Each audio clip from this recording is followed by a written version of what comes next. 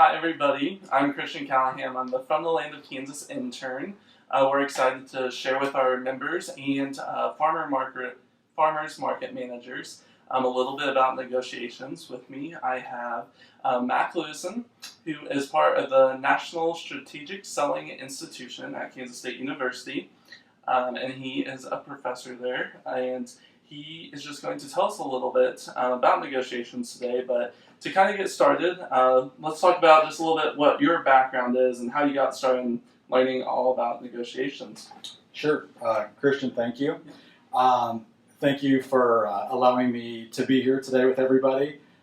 Like Christian said, my name is Mac Lewison, and I work at Kansas State University. I currently teach a class called Sales Negotiation, and it's usually taught to seniors and undergraduates.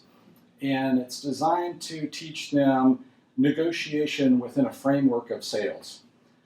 My background is in marketing from an educational standpoint, and my first half of my career I worked in the telecommunications sector for Ma Bell, for those of you that remember the good old telephone days, Southwestern Bell Telephone, now of course AT&T. And I worked on a variety of positions within that company, from managing an installation and repair crew all the way to global selling, so building out network architecture for some of our larger customers. Then in 2001, when 9/11 happened, I decided to make a career change and pursue a dream of mine to become an FBI agent. And I became an FBI agent. My first office that I was assigned to was Kansas City, and I worked on a variety of cases, criminal cases, national security cases, so terrorism and cyber crimes, and also counterintelligence, so spy cases. And I also became a hostage negotiator for the FBI.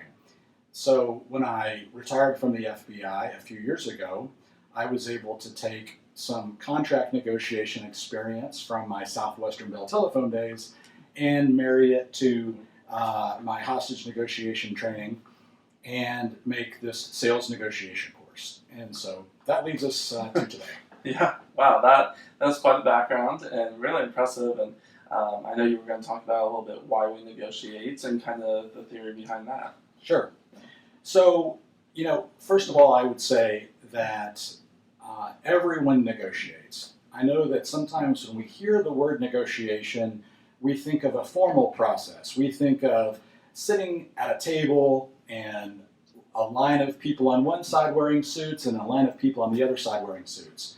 But, truth be told, in reality, negotiations happen every day. I think the person that we negotiate with the most is ourselves when we are trying to make decisions about things, or we're second guessing ourselves, or we're trying to accomplish something. We can get in our headspace.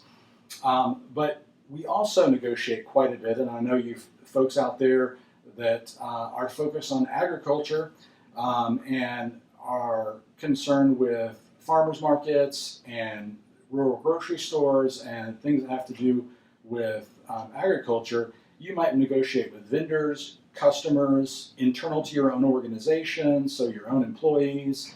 You might feel like you're negotiating all the time. Anybody that has kids, we're negotiators, and we negotiate all the time. And truth be told, we're probably least effective at home in our own negotiations with our own spouses and our own children, because those tend to be very emotional situations. And one of the tenets of negotiation, as I see it, is that we have to break through the emotional barrier of a situation in order to get to the logical truth of the matter. So in other words, emotions tend to trump our logic. And while we're highly emotionally charged, it can be difficult to, in fact, get to those negotiated points.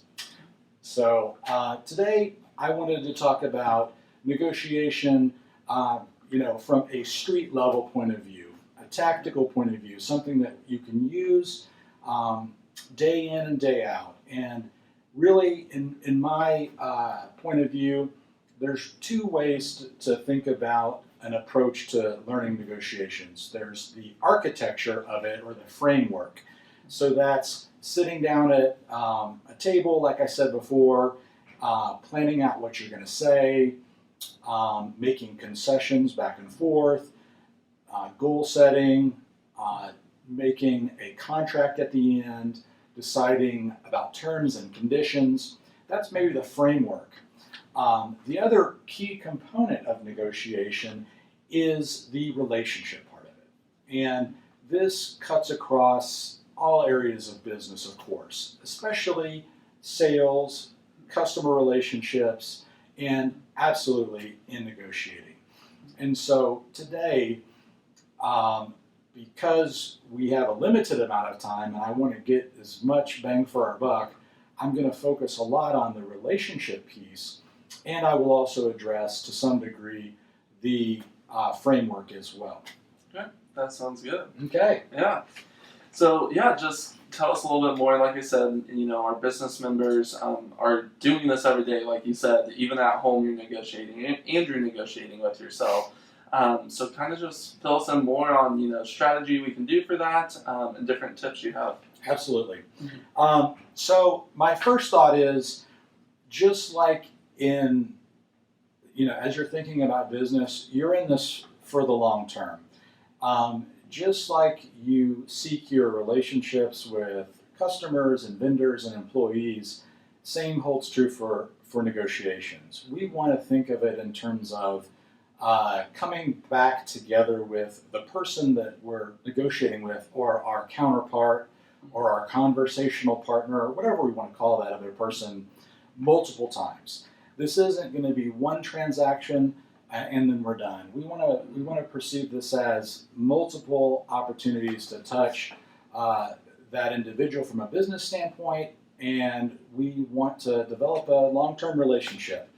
So if you watch the movies, you see hard-hitting tactics and tricky maneuvers that negotiators might use, but in reality, your reputation will precede you. And if we're using hardball negotiations and we practice what we might call in negotiation win-lose negotiation, where one party comes away the winner and the other party goes away the loser, I can tell you for sure that one of those parties is not going to feel good about it. And because one of those guys is not going to feel good about it, the next time you come together, they are not going to want to be collaborative. They are going to want to win to try to make up for the last time that you guys encountered each other. So instead of thinking of it in terms of win-lose, we want to think of it in terms of win-win. In negotiation parlance, we call that integrative. We want to collaborate together to try to come up with the most mutually beneficial negotiation circumstances that we possibly can. So that's what we want. And just like everything else, that touches on our ability to be sincere, to approach a situation with good intentions, and to develop rapport, and then ultimately trust with the other person. I know that, for those of you that have been in business for a long time, building trusting relationships is part and parcel to your success. And negotiation, it's no different than that. We just have to remember that negotiations, things can get a little bit contentious. There can be some conflict situations, and we can be put in a position where there might be judgments that are made, or there might be hard feelings and what have you. So we want to try to be generous with our mindset and our attitude, and give the other person the benefit of the doubt as we go forward. My hope is today that we'll touch on as much as we can, Christian, but at the end of this webinar, I know that Christian is going to provide some contact information that you can use to reach out to his group if you have any additional questions. And of course, I'll provide information for myself, and you're welcome to contact me directly. Okay? That sounds great. Yeah. So I always like to provide a few reference points and resources. So around the early 80s, there was a paradigm shift or a change in thinking about how negotiations are done. There was a more traditional, kind of contentious way of thinking about negotiations. But in 1981 or thereabouts, there was a seminal book that was published called Getting to Yes. The subtopic or subheading was Negotiating Agreement Without Giving In. So Getting to Yes, and that was by Dr. William Ury and Dr. Roger Fisher from Harvard University. Harvard's program on negotiation, just academically speaking, is the gold standard for how we think about negotiation from an academic and then a business standpoint. So pick up that book if you want to learn more about the framework and the relationship parts of negotiation. Is a great starting off point of view. And then also there's plenty of other resources, and that might be a good follow-up question if you wanted to explore that further. But maybe a definition is in order. In that book, they describe negotiation as a back and forth of communication designed to reach an agreement when you and the other side have interests that are shared and some are opposed. And maybe a different way of saying that is, I've got stuff I want, you've got stuff you want. And the important part is, only going into it, I'm only aware of what I want, and you're only aware of what you want. But to really figure out how we can benefit each other and come away with a mutually beneficial deal, I need to sort of share with you, to a certain extent, what that is. Now, we could go in a lot deeper in terms of strategy about when we share what our asks are and what points we're wanting, how soon do you reveal those things and whatnot. But at this, for this level of webinar, I just want to say that keep in mind, you've got your asks, they've got their asks, and somehow during that conversation, we have got to share that information with each other so that we can figure out what the end result could possibly be. So we'll call that mutual gains negotiation, or like I said, integrative or win-win, okay? So the objective is to listen closely. Now I know we throw around language like listening quite often, but listening is the fundamental part of this. You listen to understand and to truly obtain the kernel of what that other person is saying. Too often, and I know I do this, and maybe some of you do also, too often we are thinking about the next thing we are going to say, or we're concerned about making sure we're getting what we came in to this meeting or discussion to obtain. But it will be of great benefit to all of us to really listen to what your counterpart is expressing. And sometimes it's what they're telling you, and sometimes it's what they don't say too. So listen for both of those things, and you'll use your own experience to recognize what they're not saying in a lot of instances.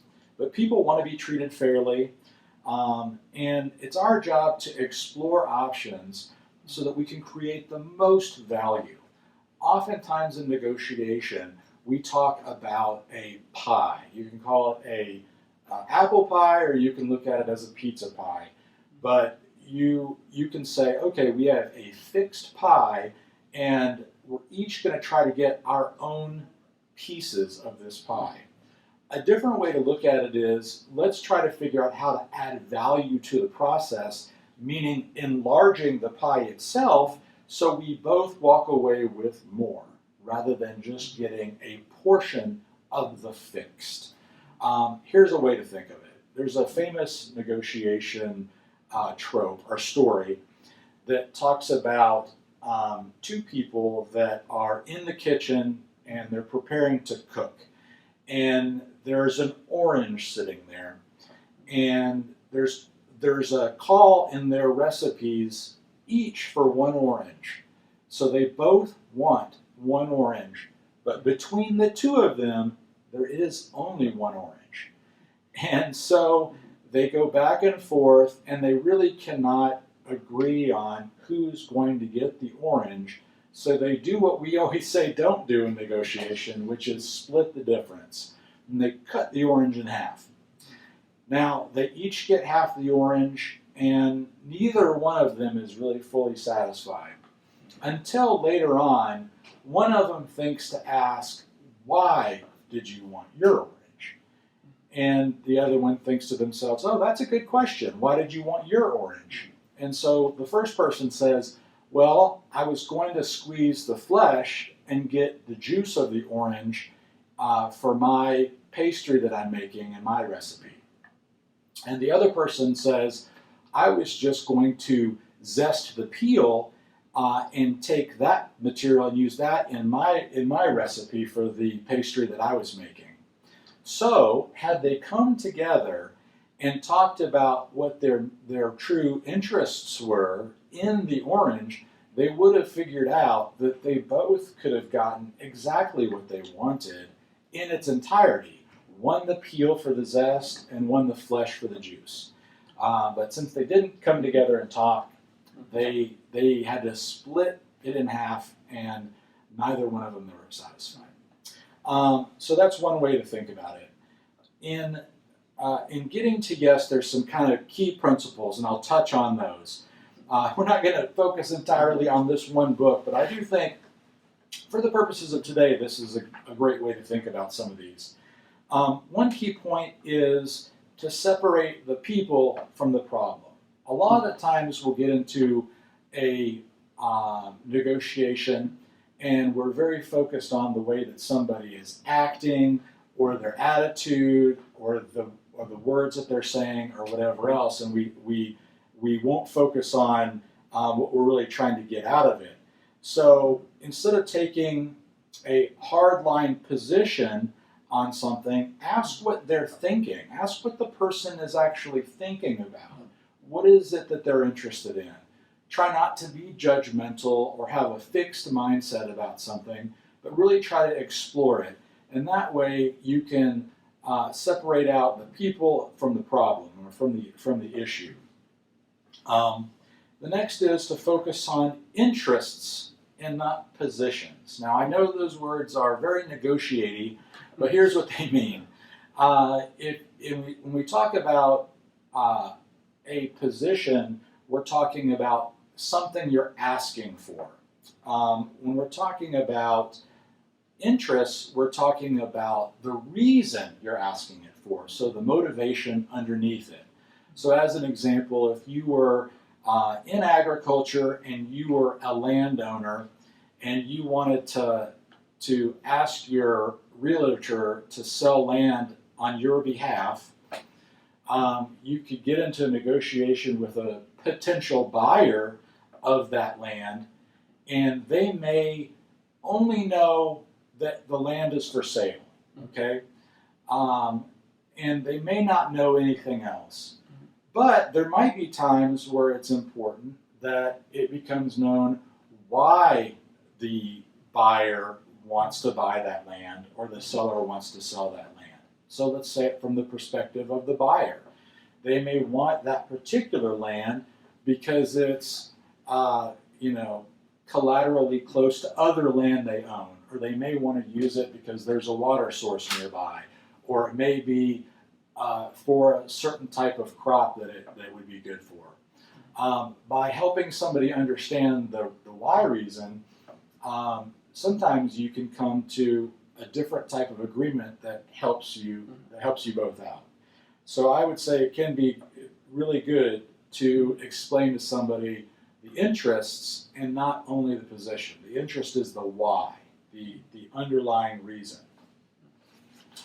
I would say this topic of learning to manage emotions comes up, and it's important because we want to make sure that we are freeing ourselves from the burden of unexpressed emotions. A lot of times there's deep-seated fear or confusion or anger about certain issues, and if we can help somebody identify what that is, then we can kind of break through that emotion. So I would say give your counterpart ample opportunity to talk. We listen, we try to understand their point of view. If they are a little bit energetic or emotional or whatever else, understand there might be a reason for that, and try to help them through that rather than just decide that, oh, they're too difficult to deal with, or that we don't like their attitude or personality or whatever else. If it behooves us to move forward with that dialogue and that negotiation, then it is worthwhile to help with the emotional counterpoint. Also, we talk about expressing appreciation. People want to feel appreciated. Many people in the world feel underappreciated and they don't feel understood. And so if we take the time to express gratitude and express appreciation for something, it goes a long way to building that foundational relationship so that our dialogue is more healthy. There's in our dialogue, we want to look for the merit in it. We want to look for the other person, what they are offering and what they are expressing as important to them. But I would say expressing appreciation can be very, very beneficial in making that other person feel like you see where they're coming from and that there's a certain level of gratitude there. Learn to put a positive spin on your message. As an example, a lot of times we talk about, if you have an internal team, for example, you might say, the team feels like you are doing this wrong, if you're going to give feedback or something. I would say try to do that in a way that you're not speaking for the entire team, and also try to make it give feedback in a non-judgmental way. So that, as an example, you might say, my observation of a behavior that you've had might be this. And so we're talking about the person's behavior and not themselves. That might kind of cushion the blow, might speed up the dialogue, make it a more substantive, easier to talk about situation, and help you get what you want. And then I would say lastly, escape the cycle of action and reaction. A lot of times, again, if something is emotionally charged or we hear something that we don't like, our inclination is to provide a response that is emotionally charged or accusatory, or it is just kind of not as helpful as it could be. So I would say just try to understand that everybody has their own perspective, and instead of digging in our heels, we might want to try to understand where they're coming from, and that will allow us to escape this action-reaction situation where we can't make progress. Mm-hmm. The objective is to make progress. So somebody is going to have to slow things down, and it might be the tone of your voice that you change. You might slow down the pace of conversation. You might just do a little bit of extra listening, but you don't want to try to push back if you can help it. That will help you kind of advance your negotiation. And I think that's a really good point that you brought up for our businesses and different members, because, for some people, their business is their livelihood. So, of course, we get overly passionate about that. I think it was just really good that you kind of touched how to, handle that, and how to, just handle those situations and make sure that you aren't expressing having a bad expression during it. Sure, absolutely. Yeah. So to go forward just a little bit more, I would say to kind of close out my thoughts with Getting to Yes and Dr. Uri. He's got a great TED Talk if you guys are into TED Talks. And you can Google William Uri, U-R-Y is his last name, his TED Talk. But he talks about listening being the fundamental kind of skill set of negotiation. Listening, really listening. And he says this, it helps us to understand the other side. It helps us to connect with the human being. And it makes it possible for the other person to listen to us. So if we want to be listened to, we first must listen. Okay. So to get to a little bit of the framework, we're talking that was more relational. To get to a little bit of the framework, oftentimes we don't have a great deal of time to prepare for a negotiation. Yeah. Sometimes these things happen on the fly. They happen very quickly. And so oftentimes I like to think of it this way. What would you do if you only had half an hour or a small period of time to prepare for a negotiation? What would you do? Here's what I would recommend. Number one, I would sit down with a piece of paper and I would think through what your true goal is for that dialogue or that negotiation. Think through what you really, really want. You might also want to anticipate what you think your counterpart is going to want or what their goal might be. When you do that, it allows you to, first have a goal that you're shooting for. You have to have a target. You have to know what you're going into it for. And it also allows you to think through if there are concessions to be made, meaning some give and take, what are you willing to give in order to get? Okay?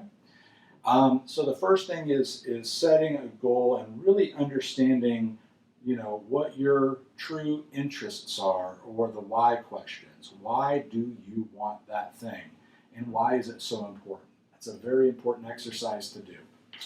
The second thing is to think through your options for different alternatives if this deal does not work out.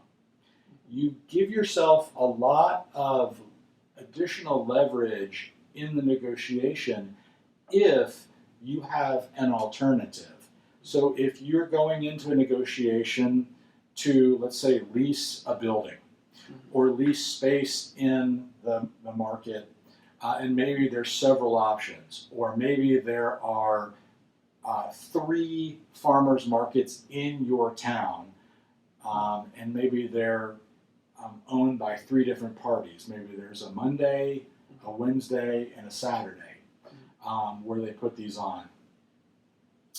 Having a relationship with each market owner, and this would probably be a big city where this would happen, but having a alternative, if you go in and negotiate space at one market, frees you up to not have to do whatever it takes or to agree to whatever terms they want to put forth if you have an alternative. So you want to be in a state of mind in your business dealings where you're constantly looking for different alternatives to the things you're trying to get. So whether it's leasing a building or space or pricing, or if you're negotiating with employees about who's going to work certain days or whatever else, line up alternatives so that you aren't stuck with just that one option. One recommendation is to brainstorm.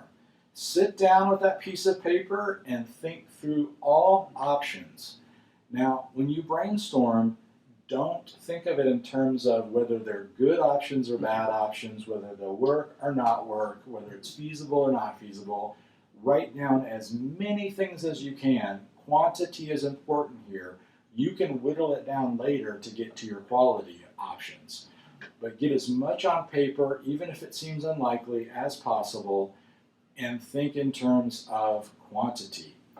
and then you can mix and match different options and get creative, but go into your negotiation with an alternative.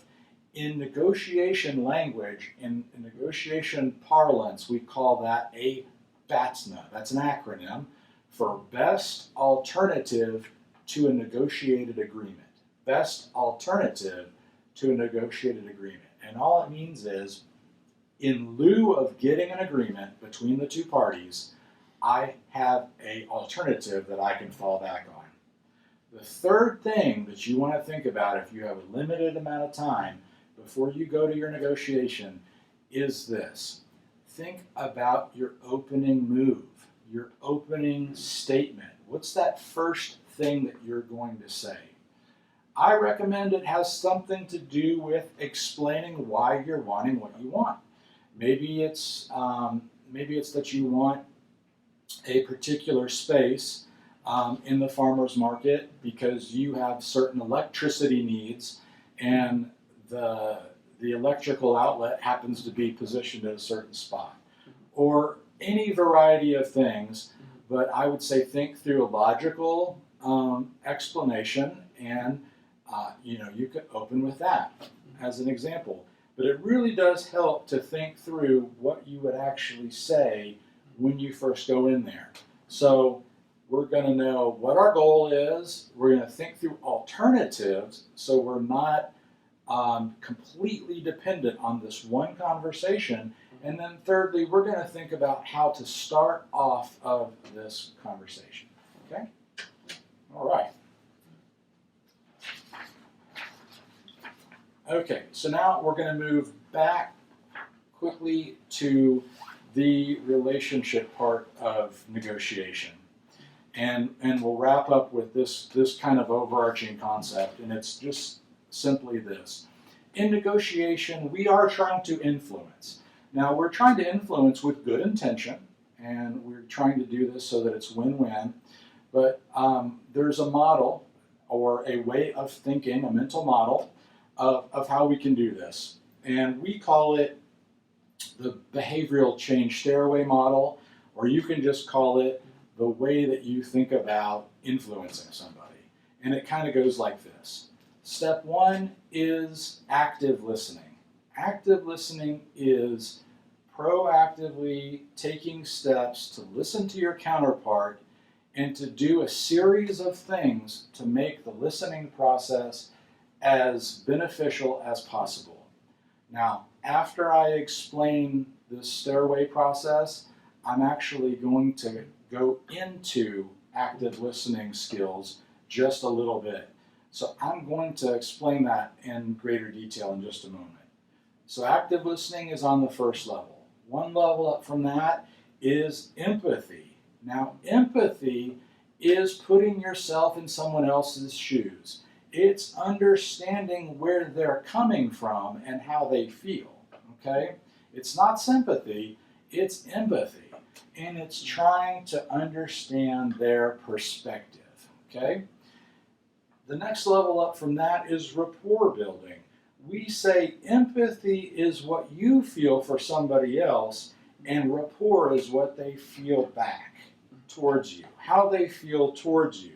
They start to trust you. They start to develop a certain sense of fidelity where they want to appreciate the friendly tone, the relational qualities that exist there.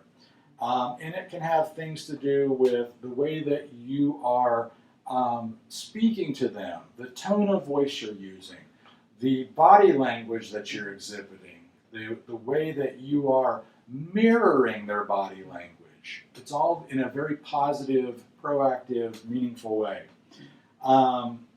And we do this again with good intentions because intentions matter. We don't use influencing techniques for bad. That's what Darth Vader does. That's not what we do. Okay, we're the Luke Skywalkers of the world, right? And lastly, we get to that point of influence where we have earned the right to start problem solving. Because up to this point, we're listening and we're building rapport and we are expressing some sense of empathy, we're not problem solving yet. Oftentimes in good dialogue, we tend to want to jump in and offer solutions too fast. We have to build that rapport first, and we have to build understanding first. The human heart yearns to be understood. We all want somebody to get us. We all want somebody to listen to us and understand us. And we want to do that as a gift to somebody else first. There's a famous book by Stephen Covey called 7 Habits of Highly Effective People. And habit number 1 is seek first to understand, then to be understood. So you take the effort to be understanding, and then the other person, hopefully, will make the effort to understand you in reverse. Okay? So once we have gone through the stair steps like that, hopefully we've achieved some kind of behavioral change where we've been able to influence them because of our positive attitude towards them. But let me go through really quickly some of the active listening skills. The most important active listening skills, in my humble opinion, are open-ended questions. Now, closed-ended questions are questions that can be answered with yes or no, and we don't want that. We want to stimulate dialogue, and so we want to ask questions about how things are going, and what do you think about this, and how is this affecting your business, and what are these prices doing to you? We want to ask open-ended questions to spur dialogue. So these are the who, what, when, where type questions. Okay.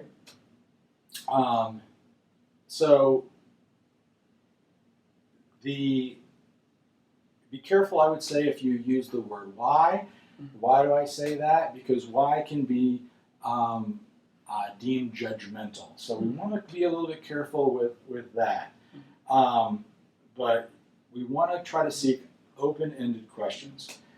We want to mirror and reflect the person. Now, this is different than mirroring with body language. This is mirroring what they say. In active listening skills, oftentimes we can mirror the last few words that they say, and it kind of helps propel the dialogue forward and helps them feel listened to. And my personal favorite of the active listening skills in this block of skills is called a summary.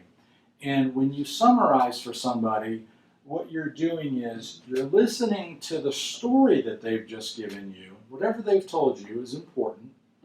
And you give them back their story, but in your own words, so that they know that you're hearing what they're saying, but we give it to in your own words so that you've given it a little bit of your own flair, and you can even give it a slight bit of analysis. So if somebody told you the story of how rough their weekend had gone and this multitude of things happened, you could say, oh, I hear you. You had trouble getting away from work and picking up the kids, and then you got a flat tire.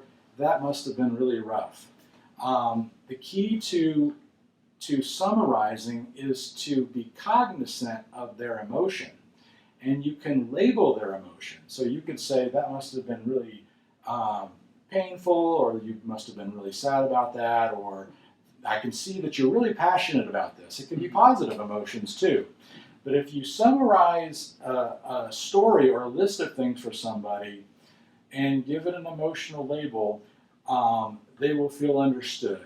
So I know that these concepts are kind of very brief that I'm giving to you, but this is something that you can explore on your own, this concept of active listening skills, or you can kind of reach out to us to further explain that. But I can assure you that, especially having used that model with the FBI in hostage negotiation situation, active listening skills help the other person feel understood and validated. And when you use it with good intention and for positive reasons, you can have a beautiful dialogue with somebody, and that can make for a very good negotiation. Well, thank you very much, Mr. Lewis. We sure appreciate your time, and going over different topics in negotiating, how to handle those, especially in a short time, as a lot of our members will have that often. So, Sure. but we really appreciate your time, and if you guys have any more questions, feel free to reach out to us from the land of Kansas at kansas.ks.gov. Or you can also reach out to our manager, Janelle Dobbins, which is janelle.dobbins@ks.gov too. And we will get any of those questions answered and send them on to Mr. Lewison to get some professional opinion on that. And feel free to comment below on this post too. Sure, and I'll just provide my email address as well. It's maclewison@ksu.edu. So MacLewison, Mac Lewison @ksu.edu. Awesome. Well, thank you again for your time, and we really appreciate those tips. Hey, So we'll use thank them you so moving. much. Yeah. No, it's my privilege. Thank Awesome. you guys. Good luck. Thank you. Happy negotiating.